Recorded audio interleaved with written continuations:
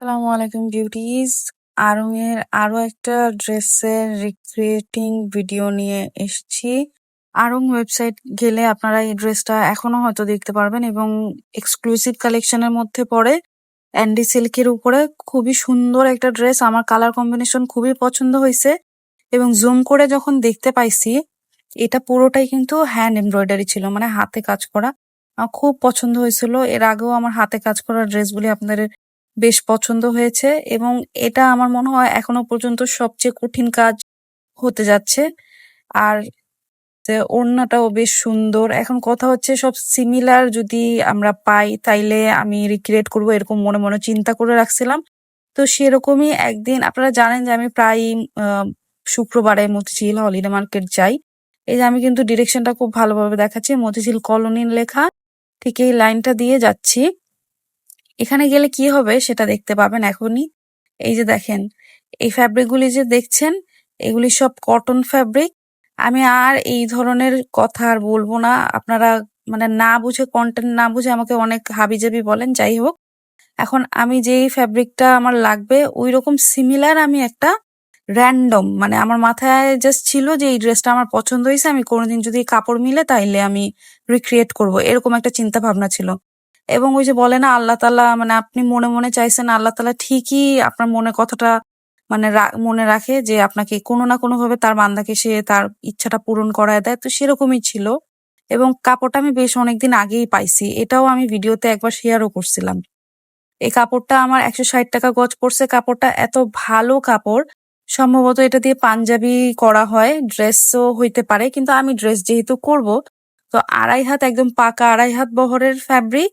কালারটা একদম almost similar ছিল, আপনারা দেখছেন যে আমি মিলায় নিছি এবং যথেষ্ট মিলছে। ১৬০ টাকা গজে আমি ২.৫ গজ কাপড় কিনছি। ওনার কাছে বেশ সুন্দর সুন্দর এই টাইপের ফ্যাব্রিক আছে, ওড়না আছে। এখন আমি এটার সাথে আমি একটা ম্যাচিং প্যান্ট আমার লাগবে। তো আমি অনেক রকম কাপড়ই মাঝে সাঝে এক এক জায়গায় যাই, তখন খোঁজার চেষ্টা করছি, তখন মনে হয়েছে যে আমি মনের মতো ফ্যাব্রিক পাবো না। তাই আমি চিন্তা করি যে আমি স্যাটিন সিল্ক দিয়ে প্যান্ট করব। তো র্যান্ডম একদিন আমি আবার গুলশানারা সিটিতে যাই, কারণ আপনারা জানেন আমি ইসলামপুর প্রায় যেয়ে থাকি, ছোটখাটো কাজে হলেও আমি যাই।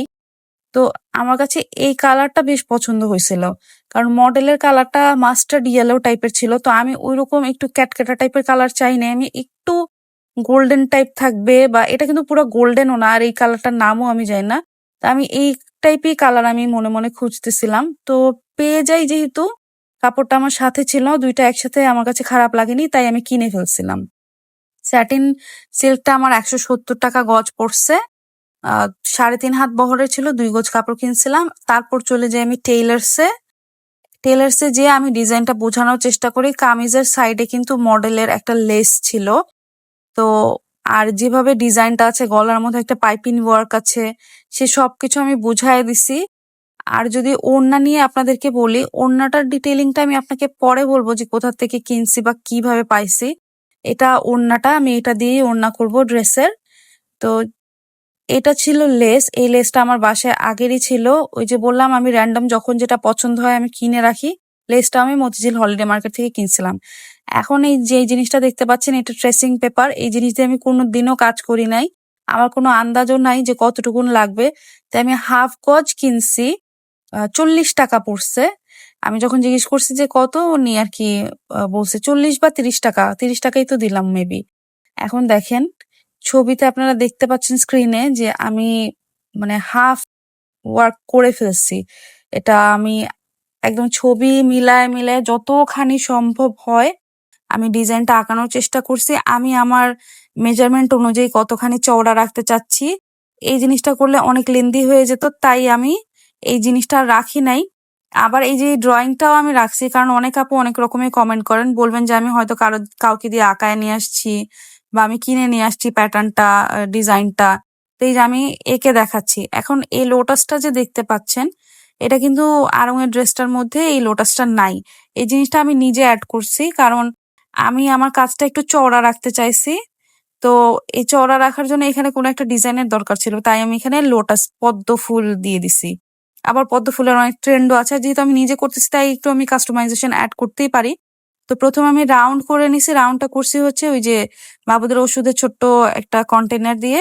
আমি একটা রাউন্ড আঁকায় নিছি, সেই রাউন্ডটা ধরে তারপরে মানে সবগুলো ফ্লাওয়ারের সাইজ যেন একই রকম হয়, তাই আমি ওই রাউন্ড গুলো প্রথমে এঁকে নিয়ে তারপর ফ্রি হ্যান্ডে এই লোটাস গুলি করছি।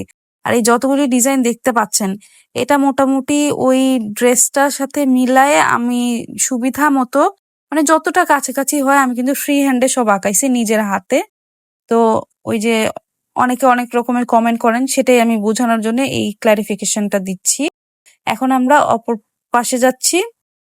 কিভাবে ট্রেস করব এটা আসলে একটু দেখানোর জন্যে, কারণ অনেক আপুরাই দেখে দেখে করেন, তাই আমি এই জিনিসগুলি রাখছি। এই যে ভাঁজ করে যখন আমি অপর পাশে নিছি তখন কিন্তু পুরোটা ডিজাইন দেখা যাচ্ছে, তো আমার ট্রেস করতে অনেক বেশি ইজি হয়ে গেল। এভাবে করে আমি আসলে পুরো মানে প্রসেসটা করছি। এই যে দেখেন পুরো ডিজাইনটা হয়ে গেছে। এখন এই মডেলেরটা দেখেন আর আমারটা দেখেন। আমারটা ওই যে বলছি যে আমি একটু চড়া ডিজাইন রাখতে চাইছি, তাই কিন্তু আমি ওই লোটাসের ডিজাইনটা আমি নিজে অ্যাড করছি। আর এই মেজারমেন্ট বলতে আপনার ড্রেসে আপনি কতখানি চওড়া রাখবেন এটা আসলে মুখে বলতে গেলে আমি বুঝাইতে পারবো না, তাই আসলে আমি এই জিনিসগুলো ভিডিওতে রাখি নাই। আমি নিজেই আমার মন মতো করে যে আমি এতখানি চওড়া এতখানি লেংথ রাখবো ওইটা চিন্তা করেই আমি ডিজাইনটা আঁকানোর চেষ্টা করছি। এখন আসেন আসল কাজে যাই, যে ড্রেসের মধ্যে আসলে এই ছাপাটা আমি কিভাবে দিব। এটা খুবই কনফিউজিং ছিল, আমি এতটাও কনফিডেন্ট ছিলাম না। যে মানে ছবি আমার এই ডিজাইন আঁকাতেই আমার অনেক কষ্ট হয়ে গেছিল। তো এখন যেহেতু আমরা এই মানে ছাপটা বসাবো, তার জন্য আমি র্যান্ডম লাইব্রেরি থেকে এই কার্বন পেপারটা কিনে আনাইছি। কিনে আনানোর পর তারপর আমি বসাইছি। আমি অনেক ভিডিও দেখছি ইউটিউবে যে ওরকম এই ট্রেসিং পেপার মানে এই পেপার গুলিকে ছোট ছোট হোল করে করে তারপর কেরোসিন দিয়ে বা একটু চক টাইপের কিছু দিয়ে তারপর এই পুরা মানে কি বলে এই ছবিটা বসায় বা ছাপটা বসায়। তো আমি কার্বন পেপার দিয়ে শর্টকাট করার চেষ্টা করছি, কনফিডেন্ট ছিলাম না যে বসে কিনা। তো প্রথমে অল্প করে আমি ট্রাই করে দেখছি যে আসলে আমার, কারণ আমার ড্রেসের কালারটা কিন্তু অনেক ডার্ক ছিল। আবার এটা ব্লু পেপার পাইছি, তখন আসলে ইলেকশনের বন্ধ ছিল, তা এত কিছু আমি পাইতেছিলাম না। হাতের কাছে যা পাইছি তা দিয়ে আমি করার চেষ্টা করছি। তো একটুখানি ট্রাই করার পর আমি দেখছি যে হ্যাঁ এটা আসলেই কাজে দিচ্ছে। তারপর আমি বাকিগুলিও মানে একটু কনফিডেন্ট হয়ে শুরু করে দিছি করা। যেহেতু প্রসেসটা অনেক বড়, মানে ইজি না, অনেক কঠিন একটা প্রসেস। আবার অনেকে বলেন এটা কিভাবে করছেন ওটা কিভাবে করছেন, তাই আমি একদম সবকিছু রাখার চেষ্টা করছি যেন আপনারাও করতে পারেন। আর ছবি আঁকার ব্যাপারটা নিজের মতো করে করলেন, সুতার কালারটা সেম রাখলেন, ড্রেসের কালারটা সেম রাখলেন, তো সমস্যা নাই। আবার গুগল করলে কিন্তু এরকম টাইপের অনেক মানে এই ছবিগুলি আপনারা ডিজাইনগুলি পেয়ে যাবেন। তো দেখা গেল যে আপনারা সেগুলা কম্পিউটারের দোকান থেকে প্রিন্ট করে এনে নিজের মতো করে বসানোর যদি একটু বুদ্ধি খাটিয়ে চেষ্টা করেন সেটাও করতে পারেন। কিন্তু আমি পুরোটাই ফ্রি হ্যান্ডে করেছি। আমার হাতের অবস্থা দেখছেন, আবার আঙ্গুল থেকে আমার চামড়াও উঠে গেছে, কারণ ইলেকশনের ওই চার দিনের বন্ধে আমি 4টা ড্রেস কমপ্লিট করছিলাম। আমার প্রচন্ড কষ্ট হয়ে গেছিল, কিন্তু আমার হাতে সময় ছিল না। তো আমি মানে তাড়াহুড়া করে করার চেষ্টা করছি। আর আমার টেইলার একসাথে আমি অনেকগুলি ড্রেস বানাইতে দিছিলাম, আমাকে দিতে অনেক বেশি দেরি করছিল। যেহেতু এগুলি হাতের কাজ, এটা করতে আমার আরো দেরি হবে। তো এই যে এক পাশে আমি যখন করছি, করার পরে এই যে এইভাবে সুন্দর করে যখন ছাপাটা বসছে, আমার মনটা ভরে গেছে, মানে এত খুশি হয়ে গেছি। আর এই যে দেখেন এটা কিন্তু আলপিন দিয়ে আমি বসায় নিছিলাম, আর পেপারটা এত হার্ড যে আপনার তেমন কোনো ঝামেলাই হবে না, এটা নড়াচড়াই করবেন না। আর এটা বসানো তেমন কঠিন কিছু না, আপনারা ইজিলি বুঝতে পারবেন। এখন আসেন দেখি যে এটা আসলে কেমন হয়েছে। এই যে পুরো ডিজাইনটা এরকম সুন্দরভাবে বসছে, এবং এটা যখন হাতে কাজ হবে ইনশাল্লাহ আরঙের ড্রেসের কাছাকাছি হবে। হয়তো হয়তো ফিনিশিং অত ভালো আসবে না, কিন্তু খারাপও হবে না। আর একটা ড্রেস রিক্রিয়েট করাই যায়, তাও আমাদের দেশের নামি দামি ব্র্যান্ডেড ড্রেস আমরা রিক্রিয়েট করতেছি, এটা খারাপ কিছু না, এটা শখে আমরা করতেই পারি। এই যে দেখেন যে সেন্টারে একটা ডিজাইন আছে না, এই ডিজাইনটা এই জামার ওই 2 সাইডেও কিন্তু বসবো। এটা আমি আপাতত দেই নাই, কারণ আমি কাজটা করব, করার পরে তারপর আমি বুঝে দিব। যদি আমার মনে হয় যে হ্যাঁ আমার এখানে দিলে ভালো হবে, তাইলে আমি দিব, কারণ আমি ডিজাইনটা অলরেডি অনেক চড়া করে ফেলছি। তো এই জন্য আমি ওই এক্সট্রা জিনিসটা আর বসাই নাই। আর এই যে যে ডিজাইনটা আমি আঁকাইলাম, এইটা আমার কাছে সারা জীবন আমি রাখতে চাই, কারণ আমার লাইফের সবচেয়ে কঠিন কাজ এটা, আমি এই জিনিসটা করছি। এখন এটার যদি আমি সেলাইয়ের প্রসেসিং দেখাতে যাই তাহলে ভিডিওটা অনেক বড় হয়ে যাবে। তাই আপাতত আমি এখানেই শেষ করতেছি। নেক্সট ভিডিওতে দেখা হবে। ভালো থাকবেন সবাই। Thanks for watching.